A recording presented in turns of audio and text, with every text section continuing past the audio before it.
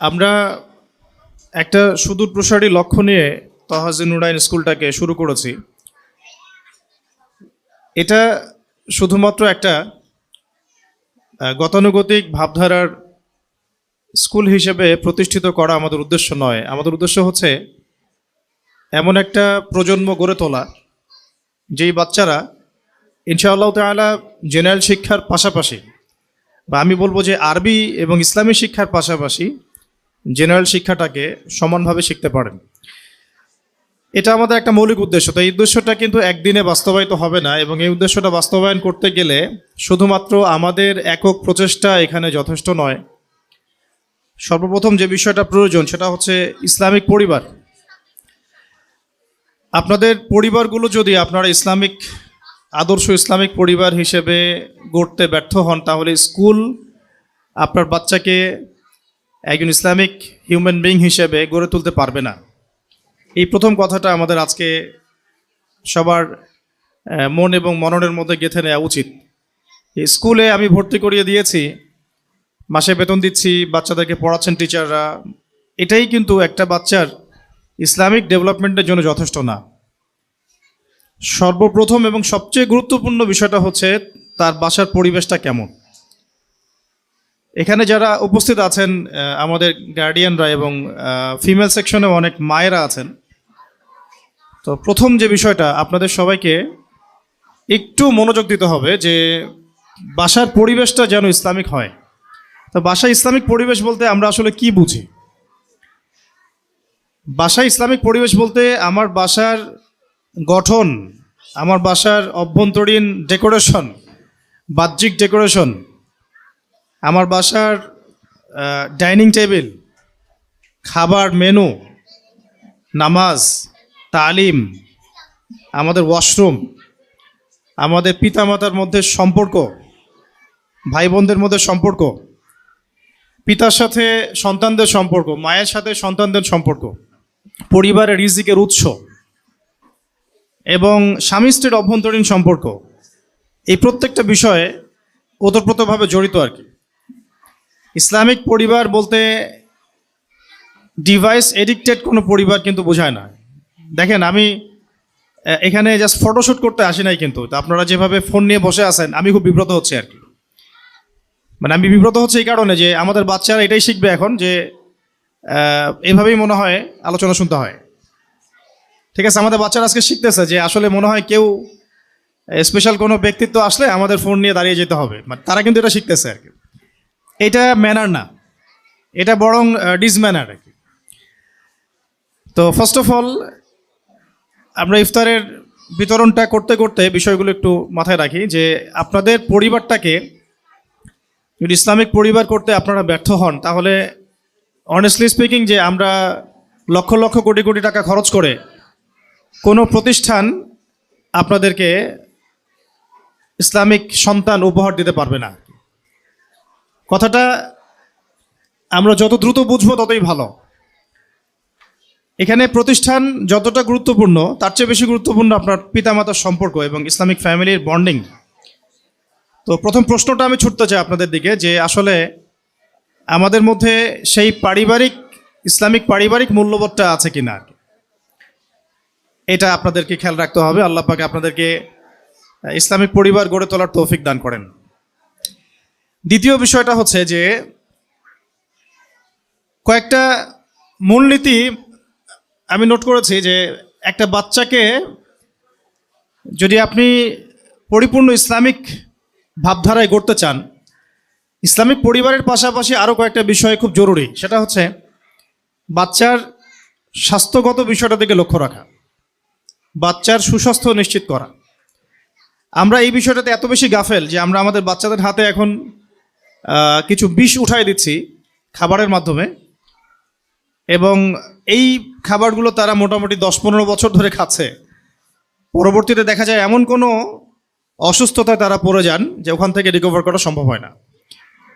আর যদি আপনি পূর্বসূরিদের দিকে তাকান তাহলে দেখবেন যে তাদের বাচ্চাদেরকে তারা এমন জায়গায় গড়ে তুলতেন যেটা একটু গ্রাম্য পরিবেশ হতো, একটু মাটির সাথে মিশতে দিতেন, প্রকৃতির সাথে মিশতে দিতেন, খাবারটা খুব প্রাকৃতিক খাবার দিতেন, ভাষাটা শেখাতেন খুব বিশুদ্ধ, ছোটবেলাতেই হিপস করিয়ে ফেলতেন যাতে বড় হয়ে এটা নিয়ে তাদের কোনো পেরেশানি না হয়। 17-18 বছর হতে হতে তাদের মোটামুটি দাওরা দেওয়ার মতো যোগ্যতা তৈরি হয়ে যেত। 20 থেকে 25-এর মধ্যেই বড় বড় ইমামগণ ফতোয়া দিয়েছেন, ফতোয়া দেওয়ার যোগ্যতা অর্জন করেছেন, মুফতি হয়েছেন। এই প্রত্যেকটা বিষয় রিলেটেড আছে আপনার বাচ্চার সুস্বাস্থ্যের উপরে। আমরা আমাদের বাচ্চার খাবারের ব্যাপারে কতটুকু কনসিয়াস এটাও আমাদের দেখতে হবে। তাদের ঘুমের ব্যাপারে আমরা কতটুকু কনসিয়াস, তাদের ডিভাইস এডিকশনের ব্যাপারে আমরা কতটুকু কনসিয়াস, তাদের পরিষ্কার পরিচ্ছন্নতার ব্যাপারে আমরা কতটুকু কনসিয়াস, তারা কোন পরিবেশে থাকছে, কোন পরিবেশে খাচ্ছে, কোথায় ঘুমাচ্ছে। রোগ ব্যাধি হয়ে গেলে আমরা হাউমাউ শুরু করি, কিন্তু আমরা কিন্তু শুরু থেকে প্রিপারেশনগুলো নেই না। আমরা আমাদের প্রত্যেকটা বাসায় এখন ডিভাইসটা এত এডিক্টেড একটা জেনারেশন আমরা মানে ক্রিয়েট করেছি যে ডিভাইস এডিকশন ছাড়া কোনো বাচ্চা খাবারও খেতে চাইছে না। এটা তার ব্রেনের সেলের যে ডেভেলপমেন্ট এখানে ব্যাহত হচ্ছে, তার পুরো ডেভেলপমেন্টটাই ব্যাহত হচ্ছে, সেল ডেভেলপমেন্টটা। অথচ আমরা যারা ছোট ছিলাম, যখন আমরা ছোট ছিলাম, আমরা কিন্তু 15-20 বছর এগুলোর ধার কাছেও যাই নাই। হয়তো আমরা ফোন পেয়েছি যখন আমাদের বয়স 30। অ্যাটলিস্ট একটা সময় পর্যন্ত আমাদের সেলটা ডেভেলপ হওয়ার সুযোগ পেয়েছে। আমরা প্রচুর খেলতাম, ঘামতাম, ভালো খাইতাম, ফ্রেশ খাবার, আমাদের ব্রেনটা শার্প থাকতো, ঘুম ভালো হতো, শরীর অসুস্থ কম হতো। আমাদের মনে আছে যে আমরা আধা ঘন্টা 1 ঘন্টা পড়লে 3 দিন 7 দিনের পড়া হয়ে গেছে। একটা প্যারাগ্রাফ, একটা রচনা, একটা কম্প্রিহেনশন আমরা একটা দেখায় একটা ফটোকপি ব্রেনের মতো আমাদের মধ্যে চলে আসতো। এখনকার জেনারেশনে কিন্তু এটা খুব একটা পাওয়া যায় না, কারণ এই সমস্যাগুলো আছে। তো স্কুল অনেক কিছুই দিবে, আমি বলছি স্কুল আপনাদেরকে অনেক কিছুই দিবে, একটা পরিবেশ দিবে, টিচার স্টাফ দিবে, একটা এনভায়রনমেন্ট দিবে, ইসলামিক পরিবেশ দিবে, তারপরে পাশাপাশি ভালো ভালো কারিকুলাম দিবে, সিলেবাস দিবে, বুক দিবে, এবং একটা ধারাবাহিকতা দিবে। কিন্তু এটা সব কিছু নয়। কিন্তু এর পাশাপাশি যে পয়েন্টগুলো আমাদের চোখ এড়িয়ে যায়, সেগুলো নিয়ে আমি জাস্ট কথা বলছি। এগুলো খোলামেলা কিছু কথা, যে পরিবারের অভ্যন্তরীণ সম্পর্ক ঠিক করে ফেলতে হবে, পরিবারের মধ্যে তালিম চালু করা, পরিবারের নামাজ চালু করা, বাবাকে দেখে যেন বাচ্চা শিখে, মাকে দেখে যেন বাচ্চা শিখে, পরিবারের সালাম চালু করা, পরিবারের খাবারের ব্যাপারে খেয়াল করা, এবং আয়ের উৎসের ব্যাপারে খেয়াল করা, পরিবারে কোরআনের তালিম হচ্ছে কিনা, যে পড়াটা আমি দিচ্ছি সেই পড়াটা আদায় করে নেওয়ার যোগ্যতা পিতামাতার আছে কিনা। মানে একটা সূরা হয়তো পড়ানো হয়েছে, এটা বাচ্চা বিশুদ্ধ করে পড়তে পারছে কিনা, এটা যাচাই করার জন্য তো আপনাকেও বিশুদ্ধ করে জানতে হবে এটা পিতামাতা জানে কিনা। তার পাশাপাশি এই বিষয়গুলো, হাইজেনিক পরিবেশ আছে কিনা, পরিষ্কার পরিচ্ছন্ন কিনা, সে ছোটবেলা থেকেই ভালো খাবার খাচ্ছে কিনা, ভালো সঙ্গ পাচ্ছে কিনা, খেলছে কিনা, ঠিকমতো ঘুম হচ্ছে কিনা। এই প্রত্যেকটা বিষয়ে একজন বাচ্চার মেধার বিকাশের জন্যে সম্পৃক্ত। এবং আপনারা দেখবেন খেয়াল করে যে যারা আজ পর্যন্ত বড় বড় জায়গায় গিয়েছেন, তাদের শৈশবটা কিন্তু খুবই দুরন্ত ছিল, প্রাণবন্ত ছিল, এবং উপযুক্ত পরিবেশ ছিল, উপযুক্ত খাবার ছিল, পারিবারিক বন্ধন, হৃদ্যতাপূর্ণ বন্ধন ছিল। তারা কিন্তু আজকে অনেক বড় হয়েছেন। আজকের আমাদের এই বস্তুবাদী সভ্যতা অনেক কিছু দিয়েছে, ডিভাইস দিয়েছে, কার্টুন দিয়েছে, ইন্টারনেট দিয়েছে, ফোনের মধ্যে একটা বন্দি জীবন দিয়েছে, অনেক কিছু দিয়েছে, কিন্তু ইন্টারনাল বন্ডিংগুলো নষ্ট হয়ে গেছে। আমাদের ইভেন স্বামী স্ত্রীর বন্ডিংগুলো নষ্ট হয়ে যাচ্ছে। পিতার সাথে বাচ্চার খুব একটা দেখা হচ্ছে না, মায়ের সাথে বাচ্চার ইন্টারাকশন ভালো হচ্ছে না, বাচ্চাকে মানুষ করছে কাজের মেয়ে, অনেক বিষয় আছে। এই পুরো বিষয়গুলো যখন একসাথে হবে, তখন একটা আদর্শ পরিবারও যেমন গড়ে উঠবে ইনশাল্লাহ, আমাদের বাচ্চাদের ভবিষ্যৎটাও ভালো হবে ইনশাল্লাহ। এটা একটা মৌলিক কিছু কথা আমি মাথায় নিয়েছিলাম আপনাদেরকে বলার জন্যে। আর বাকি আমাদের ভিশনটা হচ্ছে কমপক্ষে প্লে থেকে নিয়ে ক্লাস 10 পর্যন্ত রংপুরে এই ট্রাইলিঙ্গুয়াল সিলেবাসটাকে লঞ্চ করা এবং এটাকে বাস্তবায়ন করা। তো এটা একটা সময় সাপেক্ষ প্রজেক্ট। তাই যাদের এবার প্রথম বছর আমাদের স্কুলে, তাদের ধৈর্যটা একটু বেশি ধরতে হবে। কারণ আমি একটা এক্সাম্পল দিলে আপনারা বুঝতে পারবেন, যে ধরেন আজকে আমাদের স্কুলে 100 জন বাচ্চা ভর্তি হয়েছে, তার মধ্যে 90 জন বাচ্চা এসেছে অন্য স্কুল থেকে, কেউ আমাদের স্কুলে এসে 3-তে ভর্তি হয়েছে বা 2A বা 1-এ, যারা আমাদের স্কুল প্লে থেকে পড়ে নাই, আমাদের স্কুলে প্লে নার্সারি কেজি থেকে পড়ে নাই, তখন আমাদের স্কুলের ক্লাস 2-এর যে সিলেবাস, সেই সিলেবাসটা তার হজম করতে বা বুঝতে কিন্তু অনেক কষ্ট হবে। কারণ আমাদের স্কুলে প্লে থেকে বাচ্চাদেরকে কোরআন শেখানো হচ্ছে এবং সে নাজেরা শিখে ফেলছে মাশাআল্লাহ ক্লাস 1-এর লেভেলে গিয়েই, ক্লাস 2-এর লেভেলে গিয়ে সে কিছু কিছু হিপস করা শুরু করছে। এখন একজন বাচ্চা যে অন্য স্কুল থেকে এসেছে, যার এই যোগ্যতা হয় নাই, সে যখন আমার স্কুলে ভর্তি হচ্ছে, আমাদের স্কুলে ভর্তি হচ্ছে, মানে আমরা খুব বিপাকে পড়ছি আর কি তাকে নিয়ে। তাকে যদি আমরা ওই লেভেলেই দিয়ে দেই, হিপসের লেভেলে, সে কখনোই পারবে না, কারণ সে এখনও আলিফ বা তাসাই পড়তে জানে না। তখন আমাদেরকে বাধ্য হয়ে আবার 2টা সেকশন খুলতে হলো, যে কারা কারা কোরআন তেলাওয়াত করতে পারে, কারা পারে না। এটাকে কেন্দ্র করে আমাদের সকালে 1.5 থেকে 2 ঘন্টা আলাদা সেশন করতে হচ্ছে। এই যে একটা সমস্যা, এই সমস্যাগুলোকে কভার আপ করতে আমাদের আরও মিনিমাম 2-3 বছর সময় লাগবে। একটা লেভেলে যাওয়ার পরে তখন আমরা পার্থক্য করতে পারবো যে সবাই সব ক্লাসের সিলেবাস মানে অ্যাবজর্ব করার মতো যোগ্যতা অর্জন করেছেন। এই জায়গায় গার্ডিয়ানদের আমি ধৈর্যের নাসিহাত করতে চাই, একটু ধৈর্য ধরতে হবে এবং পড়াশোনার ব্যাপারে বাসায় বাচ্চার হোমওয়ার্কটা আদায় করার চেষ্টা করতে হবে এবং সেই হোমওয়ার্কটা আদায় করার জন্য আপনাকেও ওই অ্যারাবিকের যোগ্যতাটুকু অর্জন করতে হবে। এই জন্য আমরা আমাদের স্কুলের পাশাপাশি সেকেন্ড হাফে আপনাদের জন্য কোরআন শিক্ষার কার্যক্রম চালু করেছি, দিনিয়াত শিক্ষার কার্যক্রমগুলো চালু করেছি, পাশাপাশি মা বোনদের জন্য চালু করা হয়েছে আলহামদুলিল্লাহ। ঈদের পর থেকে এটা আরও বেশি প্রচারণায় যাবে ইনশাআল্লাহ তাআলা। আরেকটা বিষয় হলো যে আদব। আমরা একটু লক্ষ্য করছি যে আমাদের অনেকের মধ্যেই, স্টুডেন্টদের মধ্যেই, অন্য স্কুল থেকে যারা পড়ে আসছে তাদের মধ্যে আদবের কিছু ঘাটতি দেখা যাচ্ছে। কারণ তারা ওই এনভায়রনমেন্টটা কখনো পায় নাই, যে এনভায়রনমেন্টে তাদেরকে ইসলাম শেখানো হয়। এই জন্য তাদের ব্যাপারে আমাদের টিচারদেরকে আমরা বলবো যে একটু সবর করতে হবে। অনেক টিচারকে আমি মানে পার্সোনালি বলেছি এবং এখন আমভাবে বলছি, স্টুডেন্টদের এই চাঞ্চলতা, দুষ্টামি, তাদের ইসলামিক নীতি নৈতিকতা, আদবের যে ঘাটতি, এই ব্যাপারটাতে শিক্ষকদেরকে অনেক বেশি সবরের পরিচয় দিতে হবে। এটা টিচারদের ব্যাপারে আমার একটা নোট ছিল বলার মতো। আর আমাদের মা বোনদেরকে একটা কথা বলবো যে বাবারা বেশিরভাগ সময় দেখা যায় ঘরের বাইরে থাকেন, জব সেকশনে থাকেন। তাই এই যে কথাগুলো আমি বললাম, ইসলামিক প্যারেন্টিং, বাচ্চার হোমওয়ার্ক চেক করা, তার ইসলামিক নৈতিকতা, তার খাবার, তার ঘুমানো, এই যে ওভারঅল সব বিষয়, এই বিষয়গুলোর জিম্মেদারির বেশিরভাগই মা বোনদের উপর বর্তাচ্ছে। যেহেতু বাবারা বেশিরভাগ সময় বাড়ির বাইরে থাকছেন, বাবাদের উপর বর্তাচ্ছে না এমন নয়, বিষয় বর্তাচ্ছে, কিন্তু যেহেতু চাকরি, ব্যবসা, রিজিক সব কিছু চাপ থাকে পিতাদের উপরে, এই জন্য আমাদের মা বোনদেরকে এই বিষয়ে বেশি অ্যাক্টিভ থাকতে হবে এবং পিতাদেরকেও বাচ্চাদেরকে, পরিবারকে সময় দিতে হবে।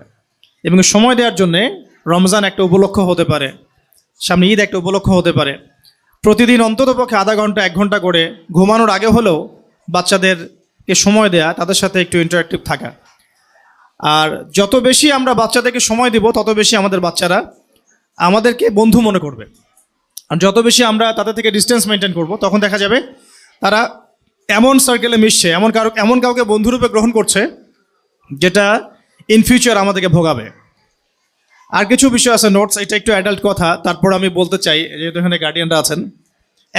এখনকার যুগটা আর আজকে থেকে 30-40 বছর আগের যুগটাকে যদি আপনারা এক পাল্লায় মাপেন তাহলে ভুল হয়ে যাবে।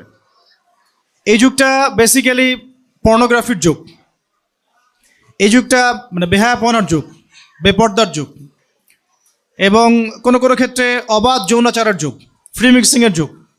সব জায়গাতেই আমরা হয়তো বাইরে মুসলিম লেভেল নিয়ে আছে ঠিকই, কিন্তু আমরা জানি যে আমাদের ইন্টারনাল যে সোল, এটা কিন্তু করাপ্টেড হচ্ছে ডে বাই ডে এগুলোর মধ্য দিয়ে। তো আল্লাহর ওয়াস্তে এগুলোকে নেগলেক্ট না করা, এই বিষয়গুলোকে নেগলেক্ট না করা, এবং আমাদের বাচ্চারা আমাদের চেয়ে দ্রুত বড় হচ্ছে, আমাদের মেয়েরা আমাদের চেয়ে দ্রুত বড় হচ্ছে, এবং আমাদের সমাজটা যেহেতু করাপ্টেড এবং প্রত্যেকটা সেক্টর করাপ্টেড, আমি আজকে শুধু টাচ করছি সামাজিক নীতি নৈতিকতা জায়গাটুকুই, এটা করাপ্টেড। পর্নোগ্রাফি ছড়িয়ে দেওয়া হয়েছে, ব্লু ফিল্ম সবার ফোনে, ইন্টারনেটে চলে যায়, অ্যাক্সেস পাওয়া যায়। অ্যাডাল্ট্রি চলে আসে কার্টুনের মধ্যে, মুভির মধ্যে, নাটকের মধ্যে এবং সিনেমার মধ্যে, গানের মধ্যে।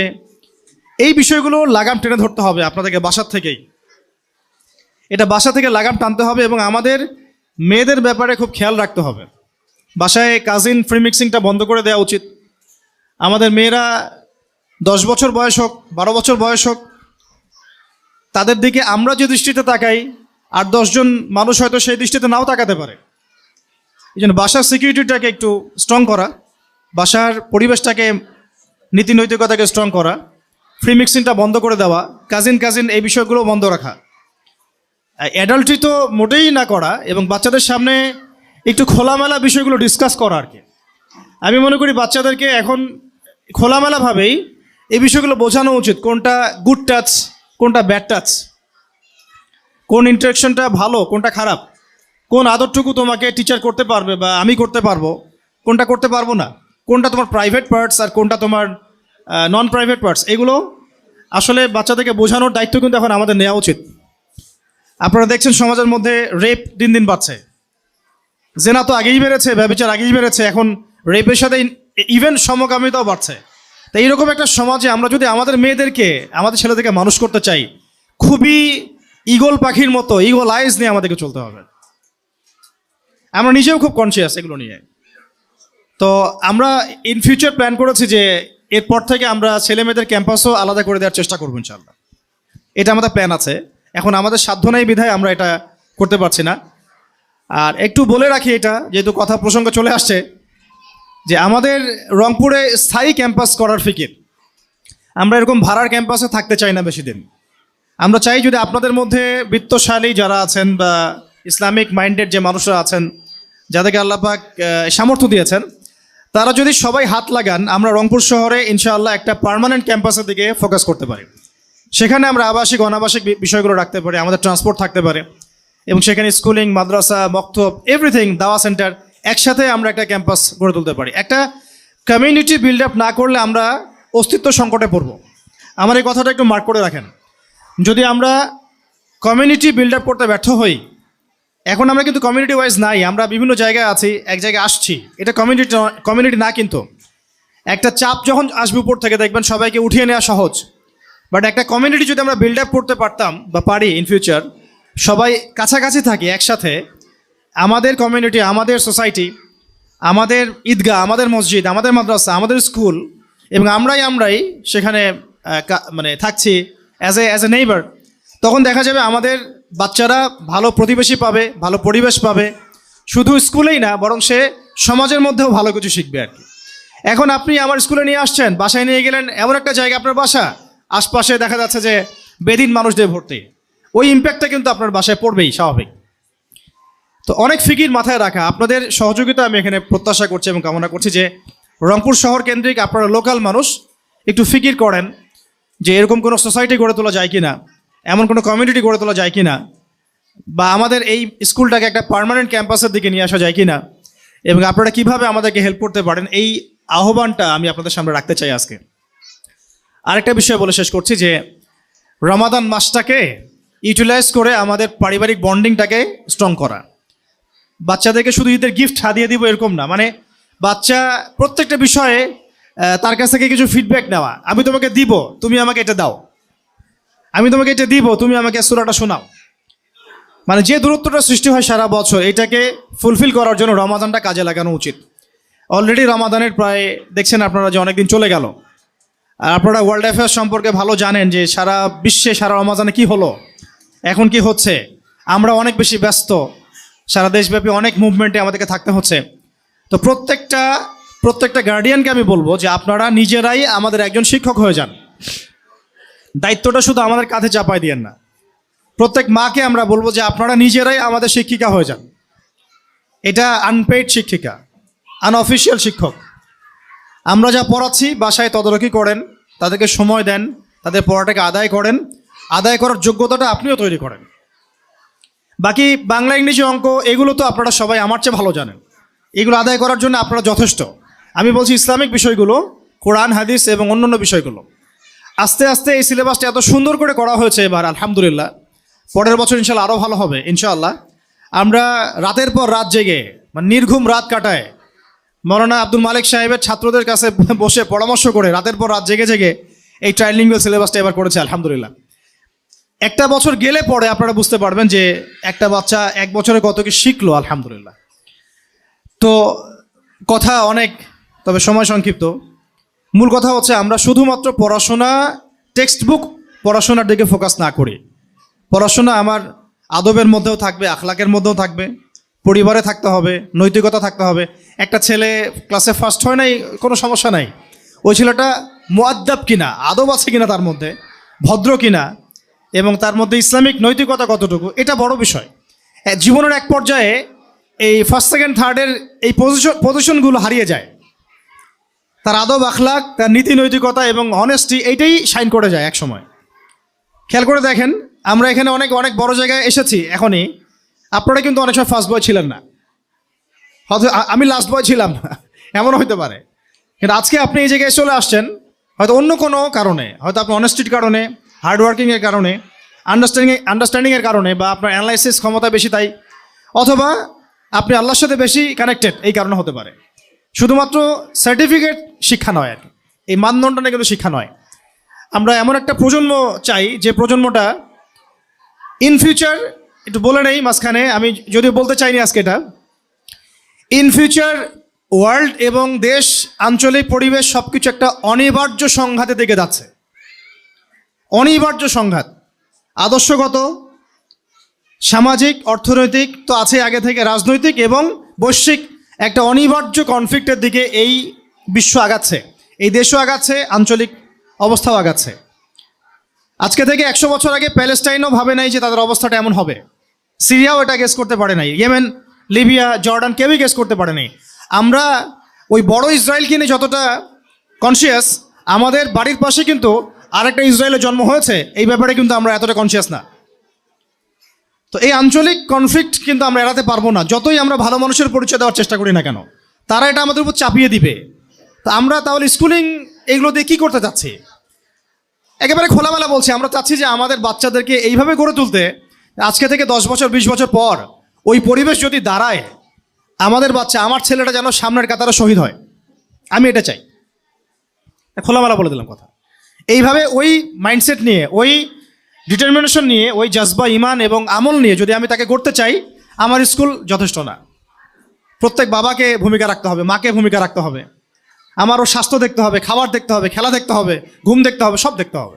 ওর উপরে আমাকে, মানে এটা ভাই, প্রিয় বোন, প্রিয় ভাই, এটা হচ্ছে আল্লাহ পাকের পক্ষ থেকে আপনার কাছে দেয়া একটা আমানত। এই সন্তানের মালিক আমি না, এই মেয়ের মালিকও আমি না, এটা আল্লাহ পাক আমাকে দিয়েছেন একটা সার্টেন টাইম, আমি তাকে আল্লাহর আমানত, আমি দেখাশোনা করছি। হ্যাঁ, এটা আমার রিজিক। যদি আমি ঠিকমতো আমানত রক্ষা করতে পারি, এই বাচ্চাটাই কালকে আমাদের মাঠে আমার জন্যে মিজানের পাল্লায় একটা বড় ওজন হয়ে যাবে ইনশাআল্লাহ। আর যদি আমি এখানে ব্যর্থ হই, এটাকে গৌণ মনে করি, তাহলে আমি রিজিকের একটা বড় অংশ থেকে মাহরুম হয়ে গেলাম। আল্লাহ পাক আমাদের সবাইকে এমনভাবে বাচ্চা মানুষ করার তৌফিক দান করেন, যাতে আগামীর সে অনিবার্য কনফ্লিক্ট যদি এসেও পড়ে, আমি বলছি আসার সম্ভাবনা 99%, ইল্লা মাশা আল্লাহ, এটা আল্লাহ ভালো, আল্লাহ আ'লাম বিস-সাওয়াব। আমরা যতটুকু বুঝি, এই বিষয়গুলো যেন আমাদের বাচ্চারা চ্যালেঞ্জটা ফেস করতে পারে, আমরা সেইভাবে ওদেরকে করতে চাই। আল্লাহ পাক আমাদেরকে সেই তৌফিক দান করেন, আমিন। অনেক আলোচনা আছে ইনশাল্লাহ, আগামীতেও হবে। আজকে সময় সংক্ষিপ্ত, আমরা ঈদের পরে ইনশাল্লাহ আরেকটা গেট টুগেদার দিব ইনশাআল্লাহ আযজা ওয়া জাল। ইফতারের সময় সামনে, দোয়া করতে হবে।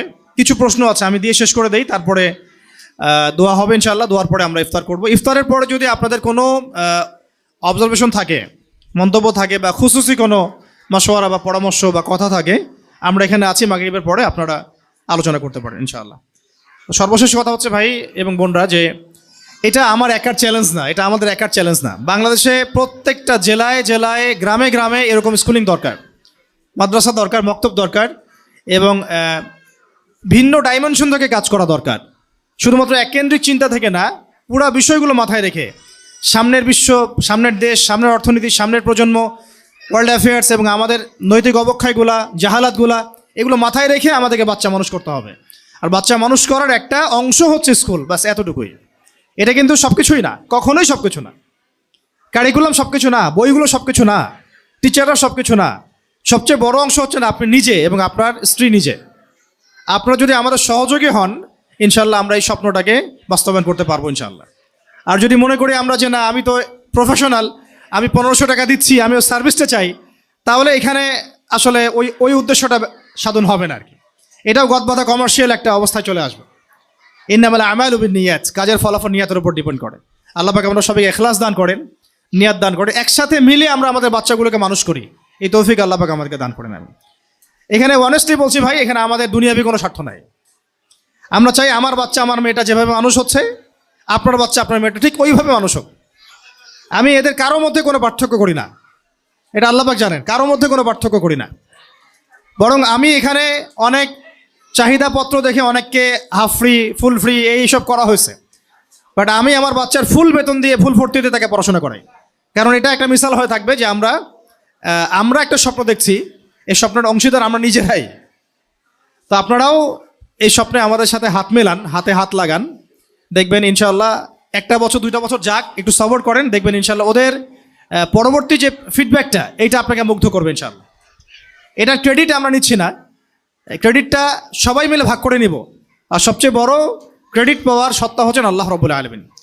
যদি আমাদের ইখলাস ঠিক থাকে, ধারাবাহিকতা ঠিক থাকে, আমাদের টিচাররা মাশাআল্লাহ আমি দেখছি নিজের চোখে তারা অনেক পরিশ্রম করছেন মাশাআল্লাহ, তারা বেহিসাব পরিশ্রম করছেন আলহামদুলিল্লাহ। আমি চাই তাদের এই পরিশ্রমটা মূল্যায়িত হোক, তারাও ধরে রাখেন, এবং ত্রুটি বিচ্যুতি নাই আমি এটা বলবো না, অবশ্যই আছে। এটা আপনারা সমালোচনা না করে আমার মনে হয় গঠনমূলক সমালোচনার মধ্য দিয়ে আমাদেরকে ধরাই দিলে আমরা এটাকে ইজিলি সলভ করতে পারবো। যদি আমরা খোলামেলা আলোচনা ডিসকাশন না করে এটা নিয়ে কানাঘষা করি বা নেগেটিভ মার্কেটিং করি, তখন আসলে আলটিমেটলি আমাদের এই প্রজেক্টটাই হ্যাম্পার হচ্ছে, আমাদের স্বপ্নটাই নষ্ট হচ্ছে। এর চেয়ে ভালো হয় আমরা খোলামেলা মাসোয়ারা করে ওগুলো সলভ করে ইন্টারনালি সলভ করে নিয়ে তারপরে আমরা আরও ভালো ফিডব্যাক দেওয়ার চেষ্টা করি। আল্লাহ পাক আমরা সবাইকে এই ভাঙাচোরা কিছু কথা বললাম অপ্রস্তুত অবস্থায়, আল্লাহ পাক বোঝার তৌফিক দান করেন এবং আমাদেরকে সেইভাবে আমল করার তৌফিক দান করেন। আমিন।